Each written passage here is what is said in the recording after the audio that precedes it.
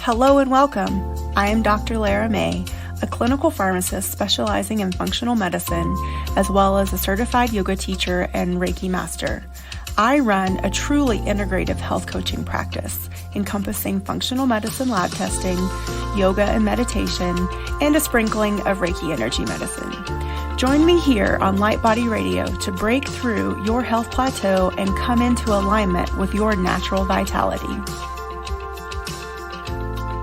Hello and welcome to the latest episode of Light Body Radio. I am your host, Dr. Lara May, and I'm here today with Cristy Murray. She's a functional wellness and infertility consultant. Hello and welcome.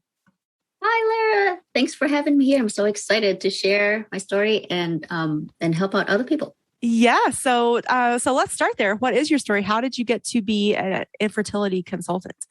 So like most infertility consultants, we are giving back. I'm a mom of two now, but before I got to this point, I got married late, didn't think I was going to have a problem conceiving and having kids, but me and my husband, we ended up trying for 3 years, which was a shocker because everything was normal. I had cycles. I would have them every month, pretty healthy. I was an Army veteran, so pretty active and really living a good lifestyle. So then when we were ready to start our family, it wasn't happening. And it took a while. So research after research. So now it's a topic that near and dear to my heart, because going through it, I wouldn't want any woman to go through it alone, or, if they do go through it, I just want them to be empowered and really be aware of the signs are and how to take care of themselves and then attain the family that they want to build. Yeah. So let's start there. What are some of maybe the signs, or even, is there stuff that shows up in our younger years? And I mean younger years by in our 20s or even our late teens as women that would maybe cue us into something that we need to almost proactively balance or heal or something like that? Yeah. So one of the things that I'm noticing for a lot of women is it doesn't matter, young or old, it's their cycles. A lot of women, they just wait for it. And they don't know when it's coming or how long it is, or when did it start? So if someone has normal cycles, they just wait for it. And then when you're younger, then if you do start noticing that, okay, this is kind of off, it's really just good to be aware of your body no matter what age you are. And the first thing to be aware of that is, get a simple calendar and just okay, I have my cycle this month. Boom, just put a dot on that calendar. Doesn't have to be a lot of details, just that. So then when you start feeling off, or wait a minute, this month is late, or maybe it's shorter, or I feel like I just had my period last month. So then you just look at the calendar, and then, it's just one piece of information that will kind of clue you in to where, okay, I'm having cycles more often, or I'm having cycles every 3 months. So that's one clue that, okay, something is off. Yeah. So would you say that a quote unquote normal cycle is still, 21 to 28 days, or, what is your opinion about a quote unquote normal cycle? I use that word loosely. Yes, exactly. So 27 days to 34 to 35 days. Oh, okay. So, wow. All right. So I was off. Yeah. It varies. So okay. The thing is your pattern may be every 34, 35, and then that's how it is. So that's normal for you. But if it keeps changing to where it's short this month, and then next month it's long, and then it's short again, or then it skips, then that's when you're okay, this is not right.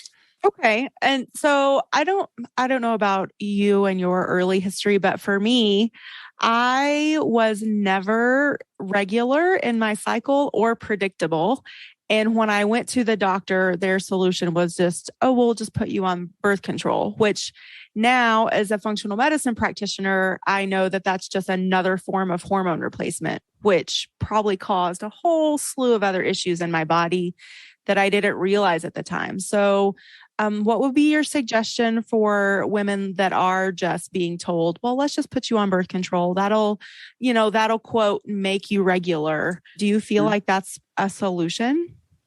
It's a temporary solution. It really depends on the goal of the person. Mm-hmm. And I don't want to be hypocritical because I do prescribe that myself. So I'm not going to say that, no, it's bad for you. But then here I am prescribing it. So that's why, you have to be just aware of okay, it is a solution. It's a temporary solution, but you always have the choice to, well, I'm going to change my diet, or I'm going to look into other things that what's causing it to be off. Like I tell a lot of women that, okay, how's your lifestyle? Are you exercising a lot? Are you sleeping? How's your stress? Because as we all know, stress can really drive a lot of hormones out of whack. And a lot of athletes, as fit as they are, there comes to a certain point where they're overtrained and their cycle stops. Mm-hmm. Yeah, it's interesting because I've been an athlete since I started competitively swimming when I was 8. But I was never to the point where I lost my cycle. But like I said, it was never regular. So who knows if that was an aspect of it too. I just think I love that you are doing this, and so many other healthcare practitioners are bringing more awareness to this, because I as again, like a lot of this, I'm relating to my own story and my own, trials and tribulations. I just feel like there was so much that wasn't discussed or even investigated. And so what do you think is the best way to go about? Because I know one of your big tenets is advocating for yourself and helping women be their own advocates. So take us through different suggestions for that. So my number one suggestion is to first be aware of your body and your cycle. What happens when you're cycling? Do you get, certain pains? Do you get more bloated? Or what's the quality? Is it heavy or light? Or, just those details within yourself. You may not need to do anything about that, but that will drive what's causing you or what's causing you to have, certain symptoms. Mm-hmm. Another thing to look at is, like we said, your lifestyle. Are you eating a lot of processed foods? Are you always stressing your body? I mean, acute stress is, we all have stress in our life, but when it becomes chronic is that when it starts driving your cortisol really high, and then it affects your metabolism and everything else. Mm-hmm. So those things, it sounds so simple, mm-hmm. but it really, it's a big piece of the puzzle. And we all sacrifice sleep, I feel like, because we're like, oh, I can function in 4 or 5 hours of sleep. So that's what I'm going to do. Not me, man.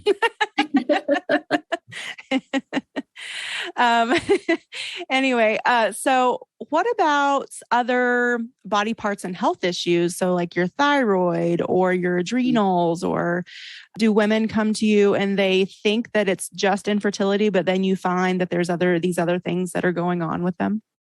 Yeah, that's actually part of what we look at first, the thyroid. And that's pretty easy to test. The provider can order the lab work for you and see if that's off. And then, you get certain symptoms.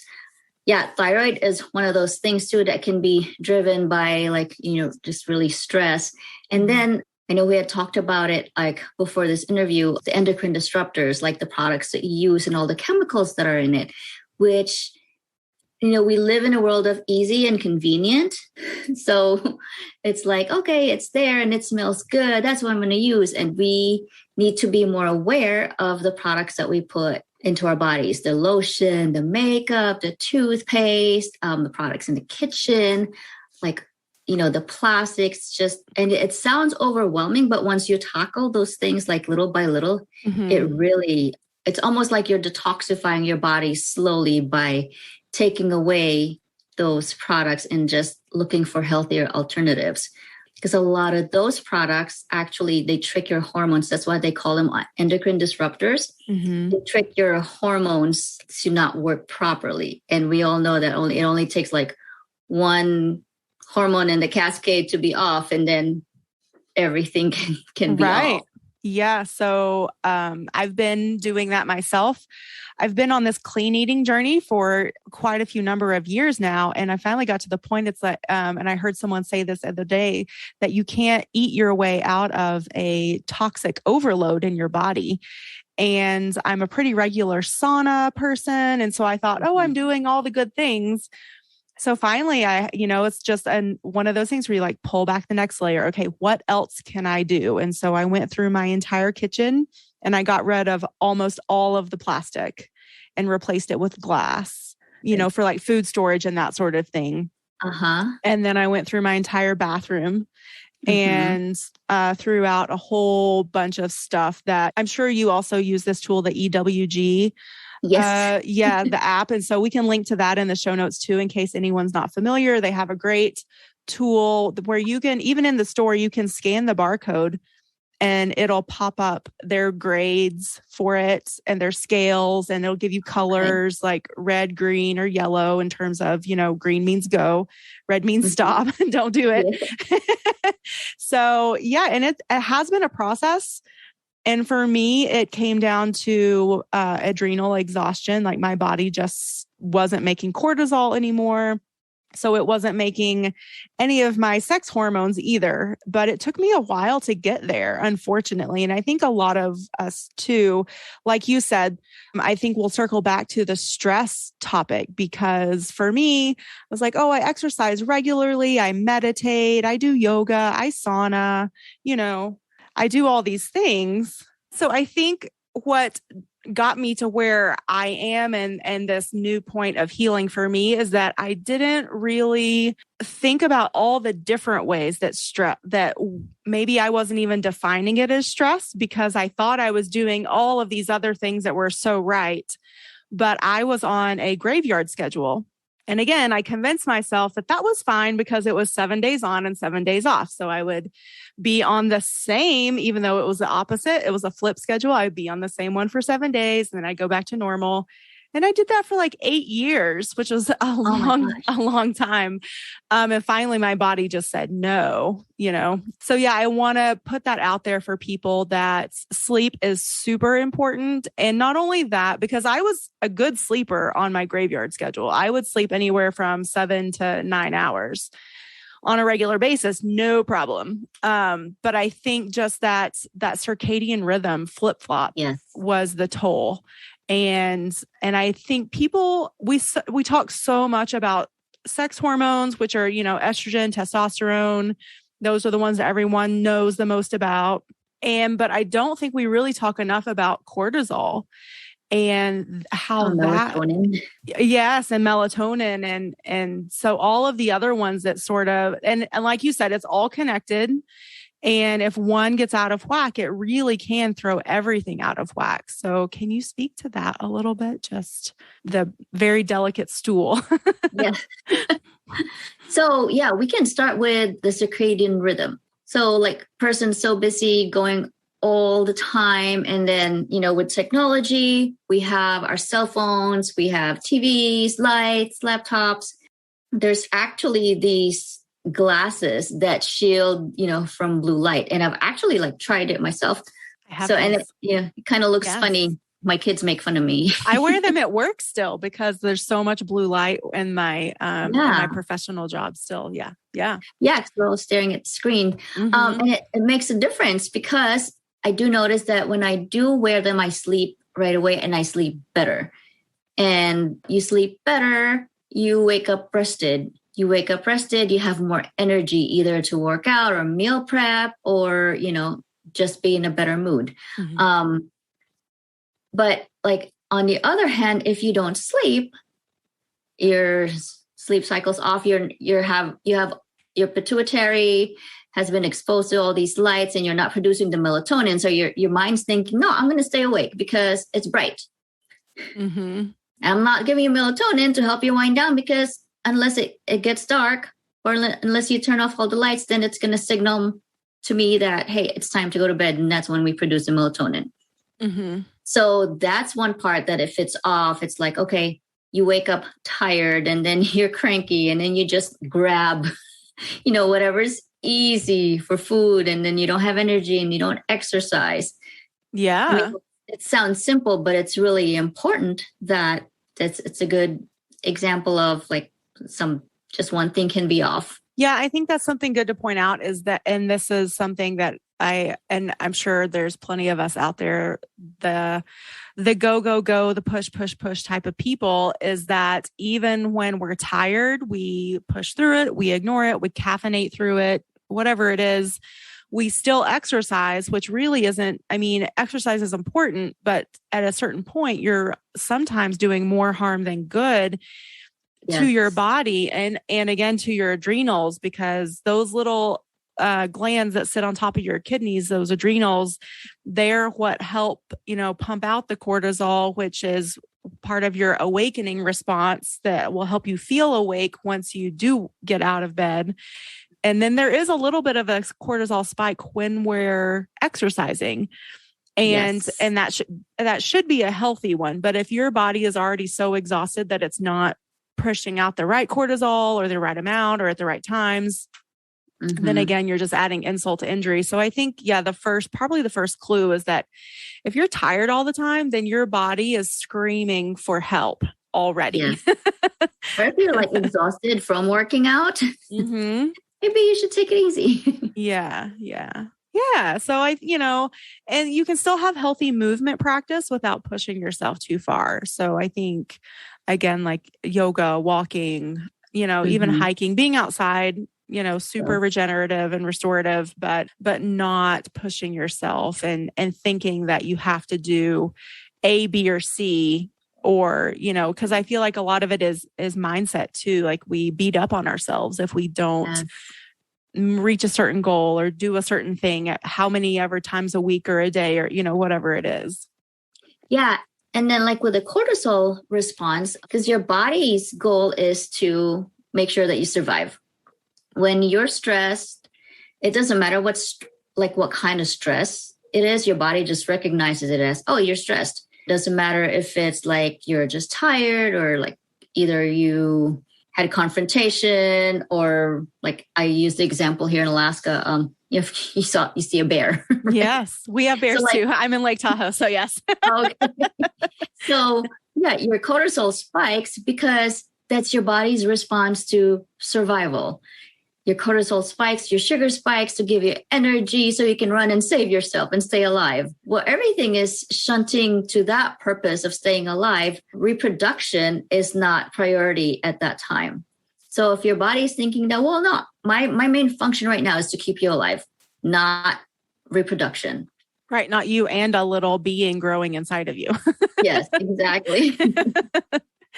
Yes. Okay. So let's say that we're on the journey, we are wanting to get pregnant, and we, so we're getting serious about our stress, and then we're getting serious about all the exogenous toxins. So our toxic burden, we're trying to relieve that a little bit. What else? What else is there? What's another piece of the puzzle? Well, you talked about mindset too. Our brain's up there for a reason. It really drives everything. And I use the example of a lot of infertility patients who, they try to get pregnant, and then like getting pregnant becomes a chore. And then there's all these medications and all these appointments and all these tests to keep up with. And then like at a certain point, they just say, you know what, I'm just tired of this. I don't want to do this anymore, or I want to take a break. So then they kind of let go, and then they relax or go on vacation, and then they get pregnant on vacation, or like on that cycle that they decided to take a break. Yeah. So that is kind of and I'm sure you see this a lot in your practice, but that is a catch-22. It's like we stress ourselves out trying to de-stress. Or like we stress ourselves in a process. If it's not working out the way we expect or we want, then we just fixate. And so how do we not do that? That's hard, right? Yeah. And then, and I was talking to someone earlier too about this, about like someone telling you, oh, just relax. But then you're like, no, I can't relax. I'm trying to get pregnant. I got to do all these things. And like, who are you to tell me to relax? You're not the one. And then it's like you go through all these emotions. And then that's when we had talked about mindset, that how do you handle yourself when someone, like asks you, how come you're not pregnant yet? Or, it's like, know yourself and how you respond to it. Just know your worth. I mean, you're not less of a woman because you're having a hard time, getting pregnant. You're not less of a woman because you're not a mom yet. So like, know you're special in your own way. And there's a purpose for that, and not compare yourself to someone who, oh, my husband looks at me and I'm pregnant. It's like that's their story. You have your own. So concentrate on your own mindset and on your own health. And then like just knowing how to respond to all these outside influences of people like asking you, even just having a phrase ready. Like if someone says, oh, come here, not pregnant yet? You just say, because I'm not. And that's the end of that. And you don't have to give them an answer, or you could say like, I'm healing myself on my way to creating this new life, or, any of those things that, cause it's very personal.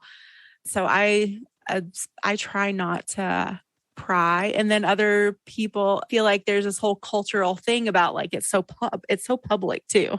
And I think as a woman that it can be such a vulnerable place to be in, is that it's this very personal thing that goes on with your body, in your body. And then you have the doctors and all the healthcare practitioners, and then your family and your friends, and then the people that you barely know that want to ask you all these questions and like be in your business. So yes, I give props to all the women that are going through that, and, being able to say things lovingly, but with a healthy amount of boundaries with that too. Yes. And I say this now because I was able to, power through it, but because I'm in a different place now.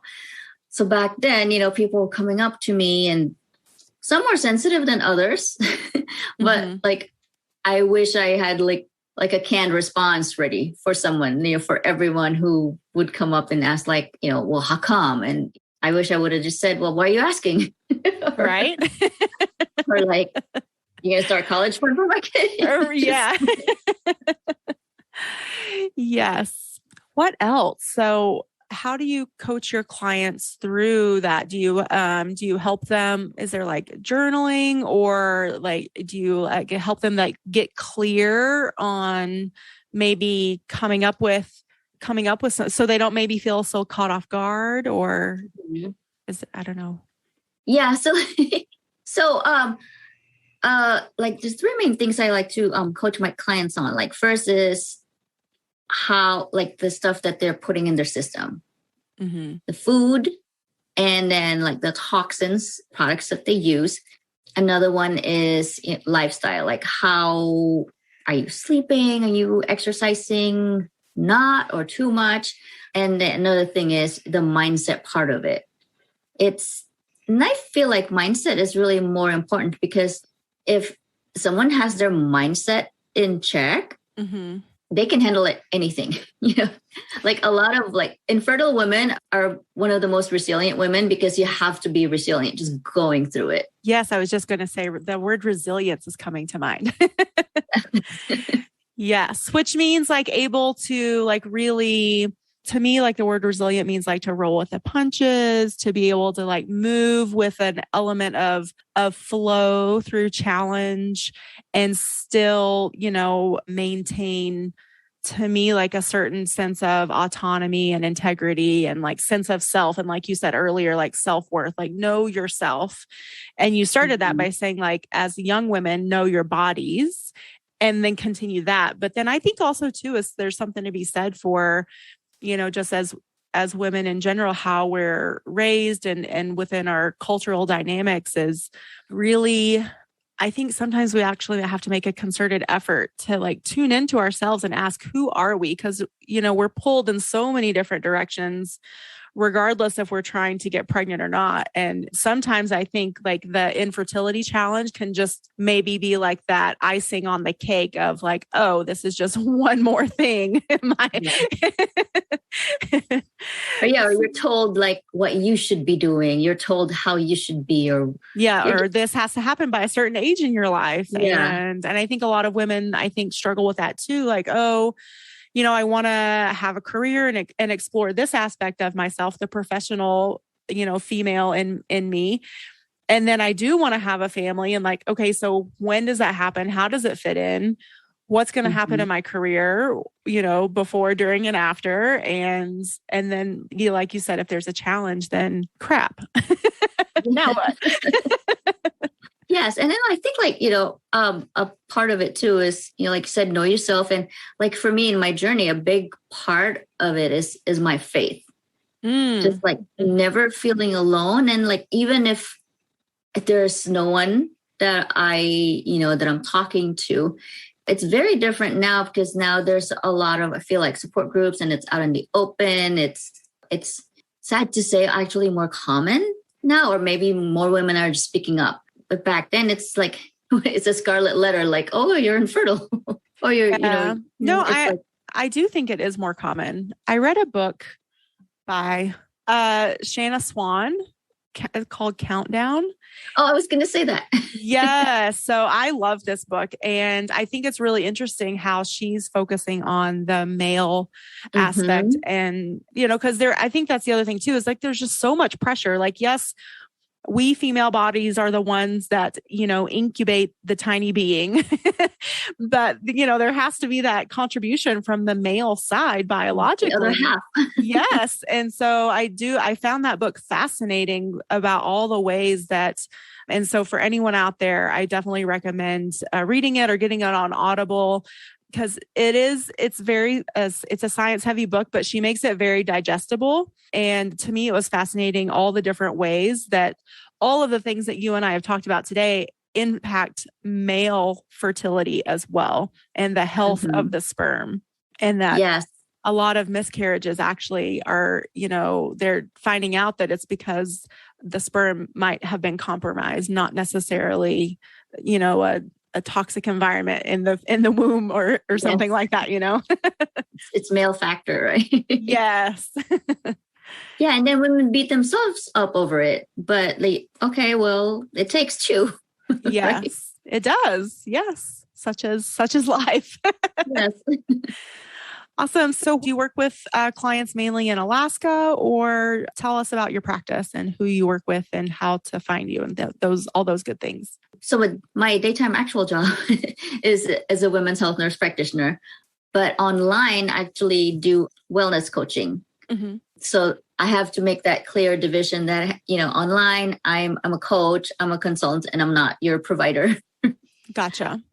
Yeah. So then I tackle different things if I'm coaching clients online, like their lifestyle and their nutrition, and then the toxin reduction, just getting your body prepped for conception. So yeah, I do have a website, it's blueveilwellness.com. And I'm also on Instagram, also Blue Veil Wellness.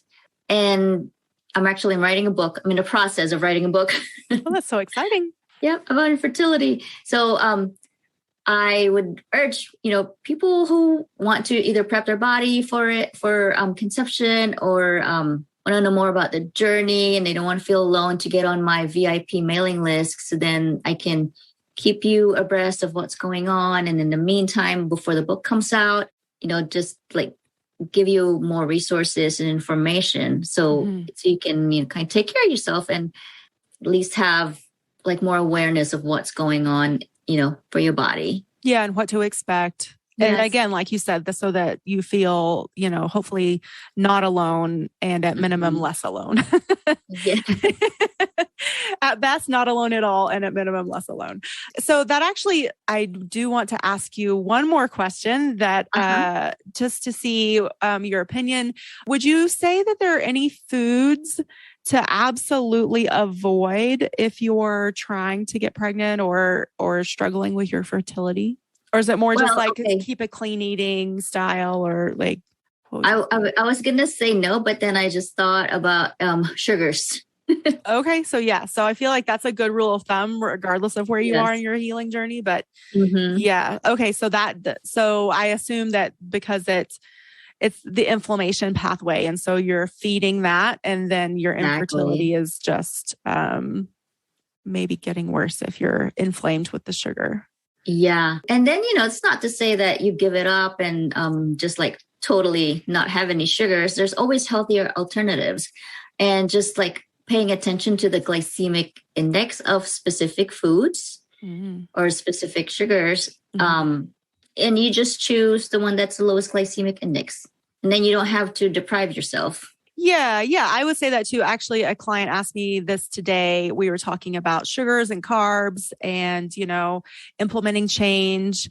And he asked me, what about honey and maple syrup? Do I have to give those up? And my answer was, if you're willing and ready to give up the processed sugars like cereal and, and those types of things, then I think it's okay that you have honey and maple syrup, because those are healthy raw sources of sugar from the earth, from bees, from the trees, like again, but in moderation, of course. Exactly. But yeah, I don't think that we have to live these completely deprived lifestyles in order to get better and to heal and to reach our goals. But, it is one of those things. And this is a conversation I have with my dad too. I'm sure we all have these conversations with friends and family. It's, it's like, well, if you can give this one thing up over here, then you can have this other thing over here. And so there is a balance, but some people just hear all the no, no's. And so again, like we come back to the mindset. So then they convince themselves that they quote, can't eat anything. It's like, no, really, you have all of these other things you can eat. Yeah. Like I was actually, you talked about your dad, and now I'm going to talk about my mom. I was talking to her about like choosing like low glycemic index, and I was asking her, so are you walking? And she's like, yeah, I walk. And then I get hungry while I'm walking. So the end of her walk is a bakery. So she said, she has a croissant. I'm like, oh my gosh, you just negated the walk that you did. And she goes, why? Is croissant bad for him? I'm like, yes, it is. It's so bad for you. Yes. Yeah. I mean, it's good, but I mean, like every now and then it's okay. But like every time she walks, she has it. And then she said, okay, well, I'm not going to have a croissant. I'll just get a bagel. It's like, seriously, you think that's your choice? Yes. And so I think that's just a perfect illustration of how our food is really, and our nutrition education is so generational, so it sounds like you and I came up around the same time frame and with the same like food industry messages that we're consuming all the time. And so I'm so grateful that now we get to be the messengers of health and healing and what can help us and is delicious and yummy. So yeah, it's all about finding healthier alternatives. So like I like rice. I mean, but I don't want to give up rice. So I look for healthier alternatives. I get brown rice and I mix quinoa with it.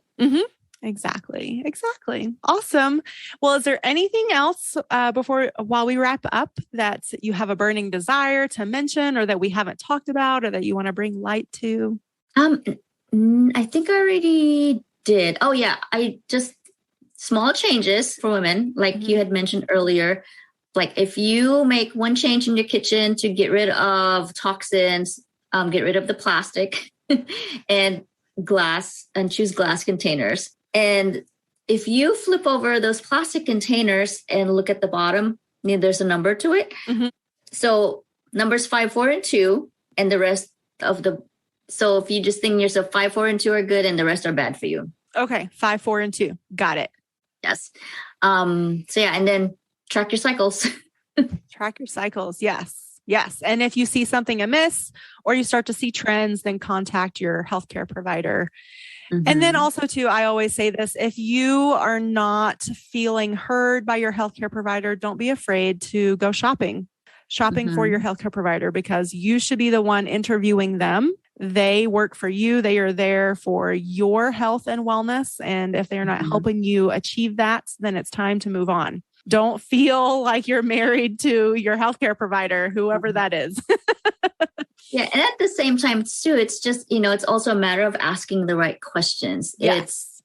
It's like, okay, they'll have the answers for you, but it's like, they got to know what you're asking or what you want or what your goal is. And at the same time, you got to give them the piece of information so you guys could work together. Yeah, it has to be a dialogue. And so that's the other thing it comes into, like being an active participant in your healthcare. So before you go to your appointment, sort of have an idea of what you want to talk about, even if it's just a wellness check. Think about it like, ooh, do I want my, doctor, nurse practitioner, whoever it is, do I want them to look into this aspect, or do I want them to check my cholesterol, or like whatever it is? Because that makes it, I think, more rewarding for the practitioner, and they will want to be more involved. And it's a two-way street, just like any other relationship. Yes. So yes, I'm glad you brought that up. That's for sure true. Yes. Well, thank you so much for being here. This was so much fun, and I appreciate all your expertise and insights. And I will, again, put all your contact information and any other links that you want to provide up on the show notes. So make sure you check that out. And you can find Cristy again at blueveilwellness.com. Thank you. All right. Thank you.